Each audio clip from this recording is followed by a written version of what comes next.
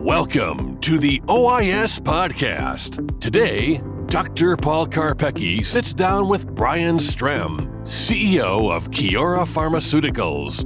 They discuss Bayon's transition from the bench to business, Kiora's recent rebrand, and its 3-product pipeline. Take it away, Paul.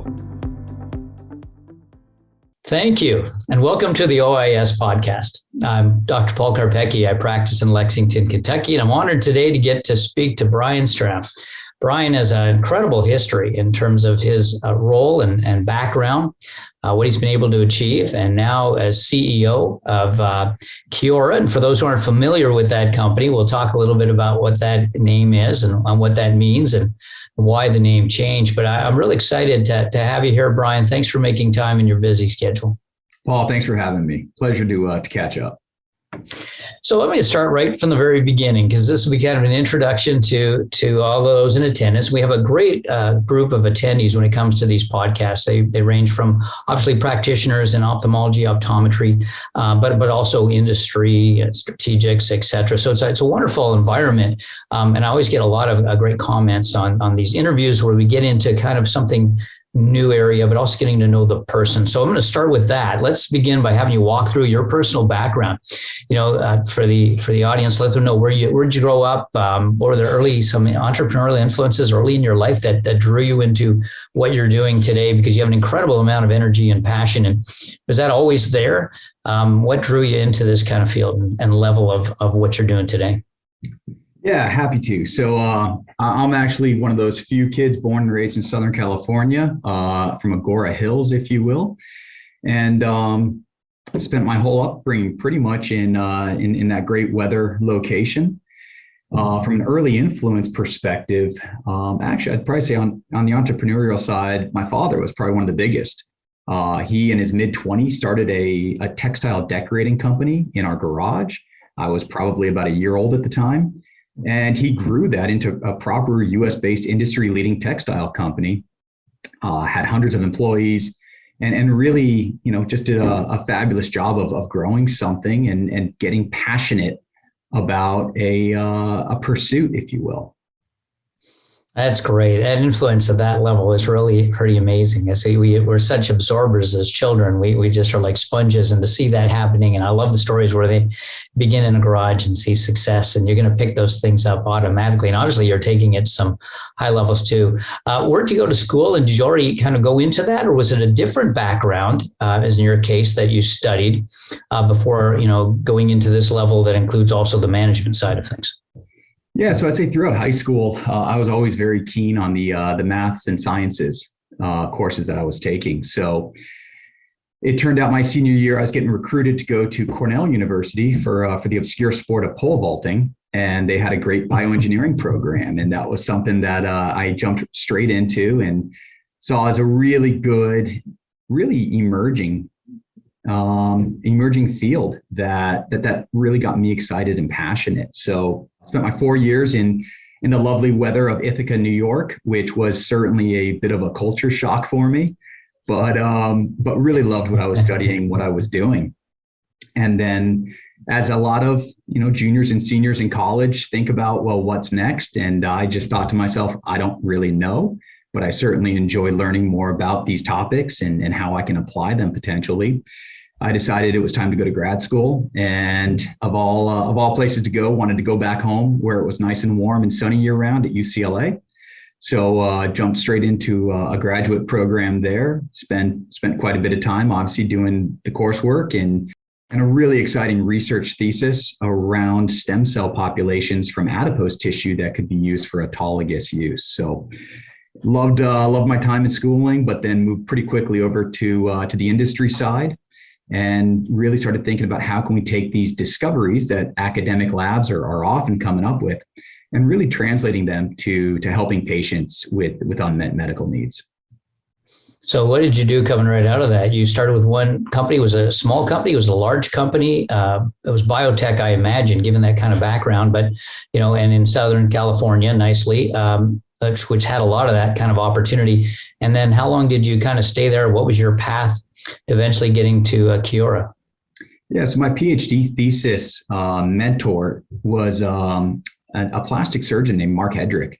And Mark ended up spinning out a company from UCLA that I went and joined directly. And then we ended up getting acquired by a larger San Diego-based medical device company.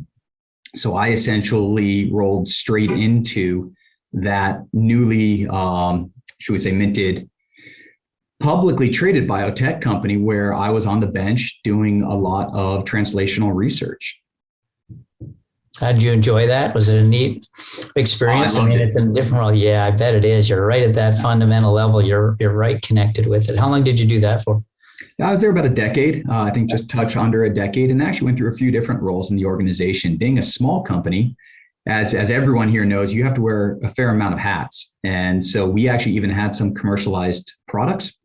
And the company asked me to go out there and start meeting with plastic and reconstructive surgeons and selling some of these products. So taking someone who's so used to being on the bench doing research to getting some commercial, bag carrying experience, and then even coming back in-house and setting up collaborations with groups like BARDA in terms of how we can think about developing, again, these various therapeutics for areas that we know need to be filled.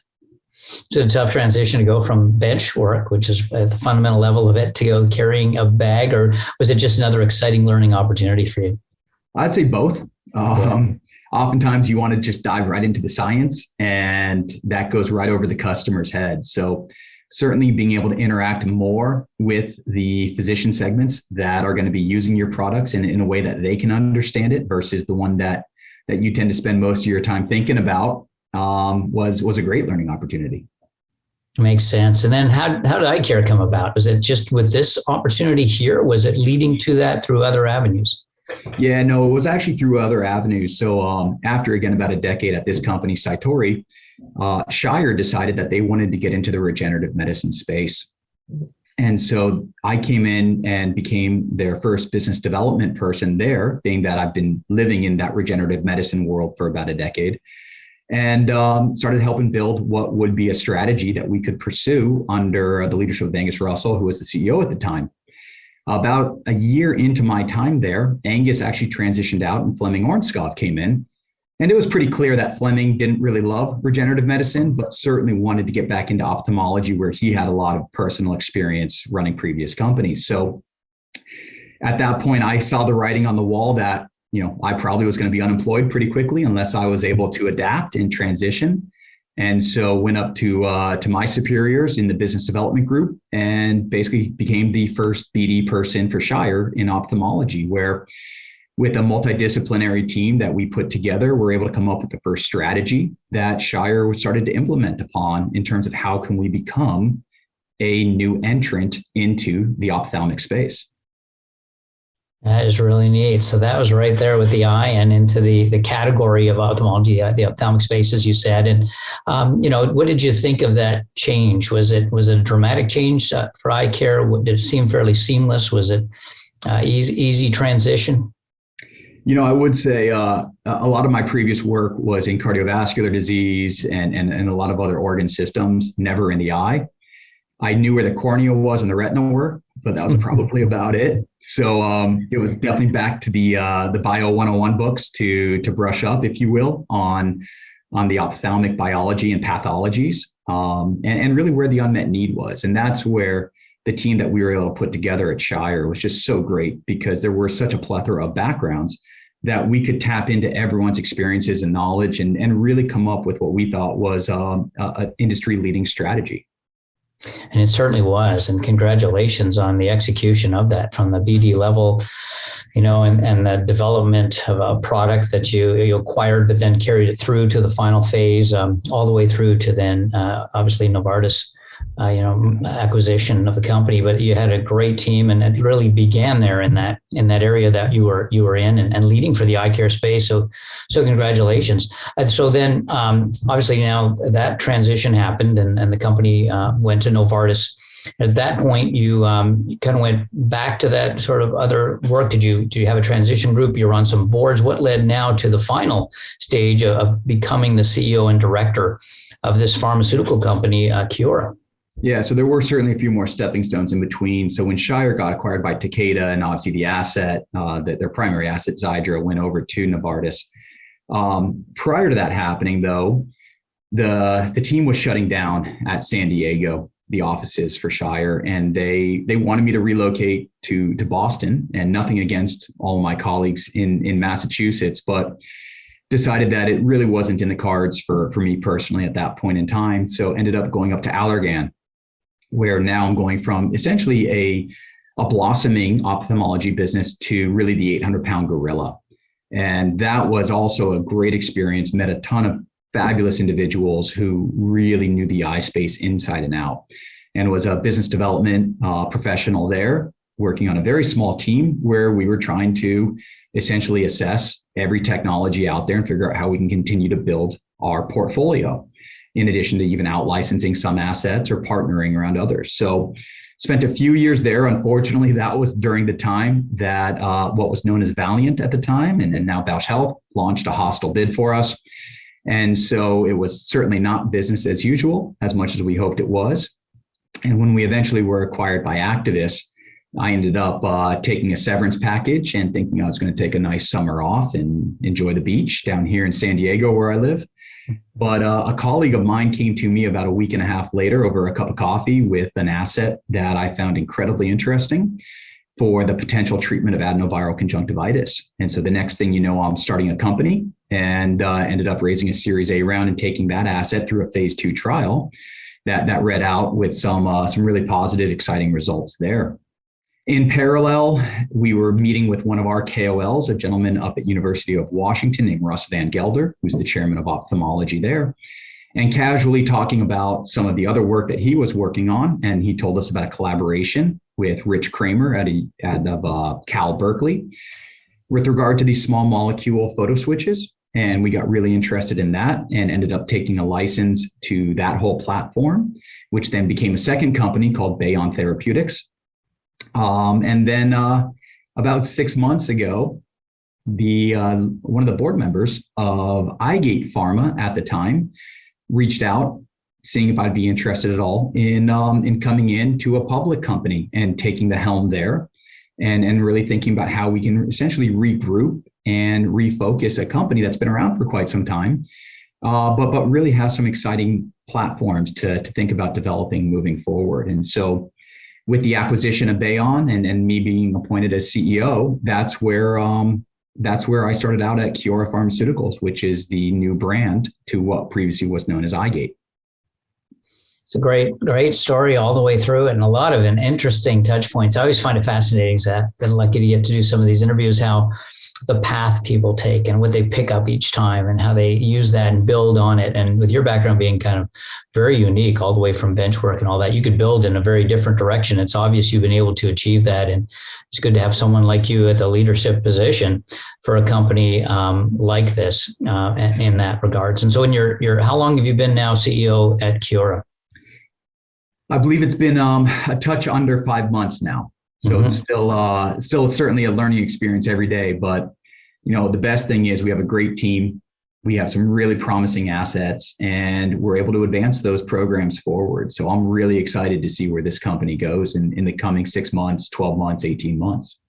Yeah. What was most inspiring for you to take on this role as CEO of this other company? And then a little bit, maybe we'll even touch on the name change if you're okay with that. I brought that on. I like the name, but I always like delving into how that happened. But first, what inspired you to say, okay, yeah, I've had this great path. I've got another neat asset license. You took it through phase 2, and now stepping into this role.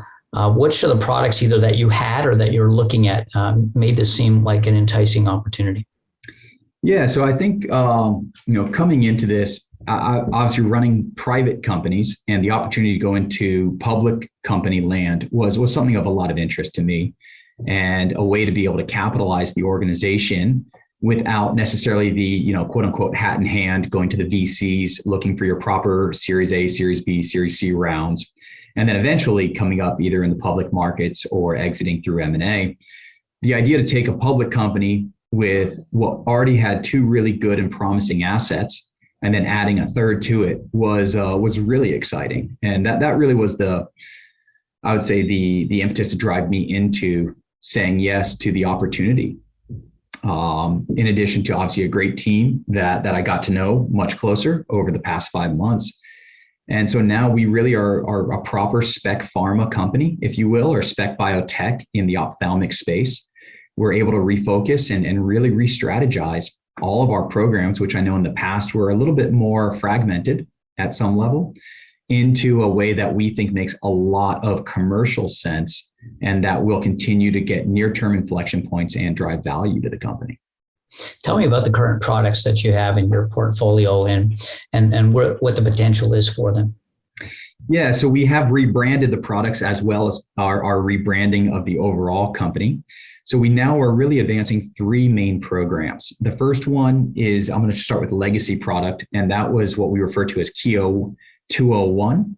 This is a chemically modified cross-linked hyaluronic acid that we've already taken through some late-stage trials in essentially surgical recovery following PRK, laser vision correction, where we showed that this eye drop actually significantly accelerates the rate of wound healing compared to today's current standard of care, being bandage contact lenses. So the idea of an eye drop that can actually help patients recover from this type of surgery further, as well as potentially expanding that into a broader market of corneal abrasions, is something that I see as a huge unmet need. And how can we get these patients back feeling better, seeing clearer earlier following these types of wounds on the ocular surface?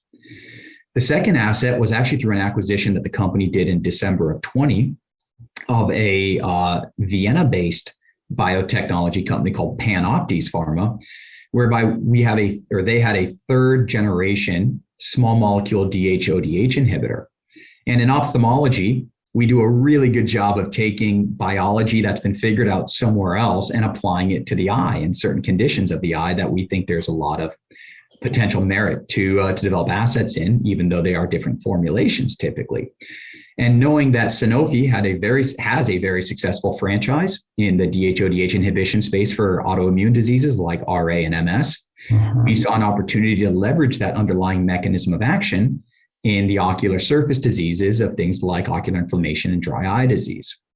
And so just yesterday, in fact, we announced some top line data on a phase 1/1B study, whereby we were able to show that this drug is safe and tolerable on the ocular surface, as well as actually, even though it was a very short study, get some real direction in terms of improving things like conjunctival hyperemia in patients with ocular surface inflammation versus the vehicle control. So we will be driving that program forward into proper larger phase 2 trials. And then the third program is the one that came from the Bayon acquisition, which is Keo 301. So this is now our posterior segment drug. And these are an incredibly exciting and novel class of therapeutics that essentially are built around these azobenzene cores, which enable the molecule to change shape upon the presence or absence of light. So I envision this as a small molecule approach to optogenetics, whereby they're trying to reinsert a protein that would be light sensitive into downstream cells, so retinal ganglion cells or bipolar cells. We actually have the ability to turn those cells into light sensing cells with this small molecule. And for us, that was a real game changer in terms of especially a lot of the inherited retinal diseases like retinitis pigmentosa, and knowing that we can actually target all forms of RP with this potential approach. And that study will start first in man, likely in Q3 of 22. Those are exciting and very diverse in terms of portfolio, but of course, all eye care ophthalmic related, which is very exciting in itself. And to come into a situation by bringing some in, or that was there to have 3 in a portfolio, is quite exciting. And it's also exciting in the sense that you have 1 late stage relatively, and then intermediate, and then startup in areas where you have unmet needs. And I could see a lot of applications even for the first one that we can apply and look to, and maybe further down the road see kind of approvals in that direction, because I know of a number of areas where this would help us as we practice clinically. So that's exciting and neat path. Has it been easy to take on that role in 5.5 months? You inherited a pretty good team, or did you have to make a number of changes, Brian? Unfortunately, a few changes were made. but not too many, which is a good sign. And I'm really impressed with the team that's part of this organization. So I'm very happy with who we have now and how we're advancing things and the responsibilities that are being divvied up appropriately. But again, this was a pretty big change. We had essentially 3 separate companies that all came together and needed to get aligned on who we are as an organization. And that was a big part of the rebrand into a new name that was independent of all 3 of the existing, if you will, companies that came together here. Mm-hmm. You went from, single product and a category to multiple shots on goal here very quickly, which is also very exciting when you think about the value of the company and its potential and already, being public. So pretty awesome pathway to get there. And it's good to see your leadership taking place and your style of it very, very effective already. You can even tell by the interview. So you've gone through a very unique kind of path. Any pearls of wisdom for our listeners who aspire to, you've worked in big companies too, but really where you're at now, aspire to joining a startup enterprise or something at this level where you're bringing things through fruition as a company and all the way through to eventual FDA approval and availability to us doctors? I know everyone's probably already heard it 1,000 times, but I would just say find something that you believe in and that you're willing to dedicate yourself to, because it's not easy, as everyone knows. And if it's something that you don't truly believe will make an impact, and for me, that impact, seeing patients hopefully get better, is the impact I'm striving for. That's what keeps me going every day. And then the other part of it would just be, don't be afraid to follow the data.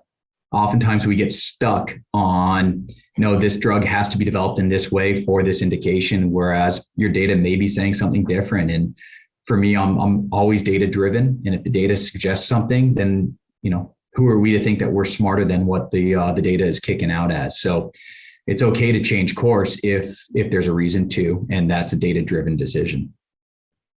That's outstanding. That was terrific. Ryan, I really appreciate all the insights you shared, the incredible path you've made. It's very exciting for Kiora. I definitely wonderful to see the development. I want to see how a company evolved this quickly into 3 competitive, exciting areas that are so diverse. Great to see you leading this company and in the eye care space.